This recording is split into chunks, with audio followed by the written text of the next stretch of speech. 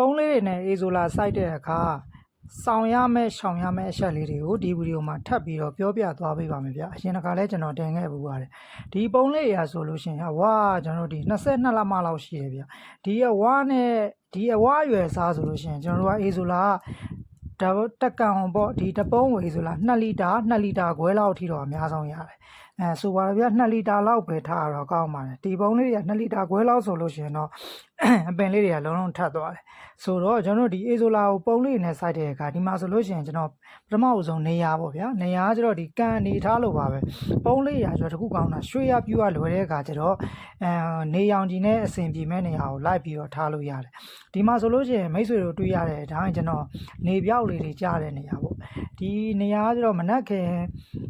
နေထွက်ချင်အနေပြီးတော့ဒီနေ့တဲ့ခင်တနားရီလောက်ထိနေရတယ်ပြီးချက်လို့ရှိရင်ဟိုဘက်ရောက်လို့ရှိရင်ဒီအိမ်ရဲ့အရေးကျသွားတယ်ပေါ့အဲ့လိုနေရာမျိုးမှာကျွန်တော်ထားရတယ်အပေါ်မှာလည်းဒီဘေးမှာလည်းဝါးပင်တွေရှိတယ်ကျွန်တော်ဗီဒီယိုထဲတော့မရိုက်လိုက်ရဘူးဗျဝါးပင်ရှိတယ်ပြီးတော့ဟိုဘက်မှာတစ်ပင်လေးတွေရှိတဲ့အခါကျတော့နေအောင်ကြီးကဒီလိုမျိုးကွက်ကြားလေးဗျကွက်ကြားနေပြောက်လေးပဲထိုးတယ်ဒီလိုမျိုးအခြေအနေဆိုလို့ရှိရင်ကျွန်တော်တို့ကဘာလုပ်เสียမလိုဘူးလဲဆိုတော့ဒီအမိုးစကားစိမ့်မိုးเสียမလိုပါဘူးဗျရေရတော့ကျွန်တော်ဒီအပြည့်နေပါထည့်ထားတယ်ဒီ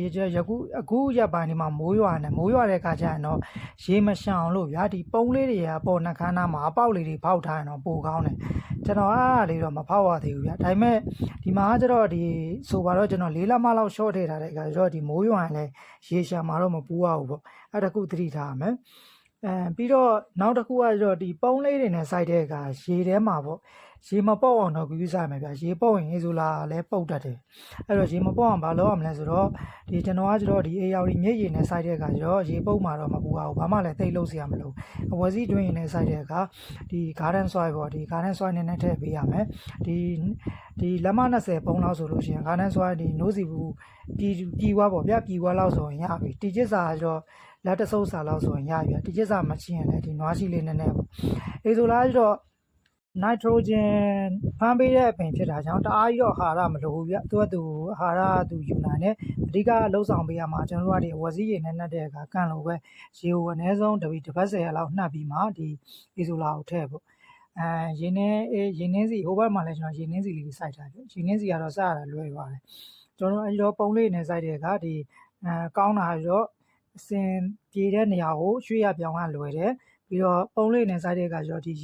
ရေမပုတ်အောင်ပေါ့ရေမပုတ်အောင်တော့ view စားမယ်နေရာကျင်းတဲ့အခါကျတော့ပြီးတော့ရေထဲမှာဒီအောက်ဆီဂျင်မပြတ်အောင်ပေါ့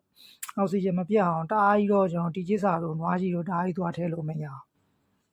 အဲ့ဒါလေးတွေ view စားပါမယ်ဗျပုံးလေးနဲ့လည်းစိုက်လို့ရပါတယ်နော်အေဇူလာကျေးဇူးတင်ပါတယ်ဗျ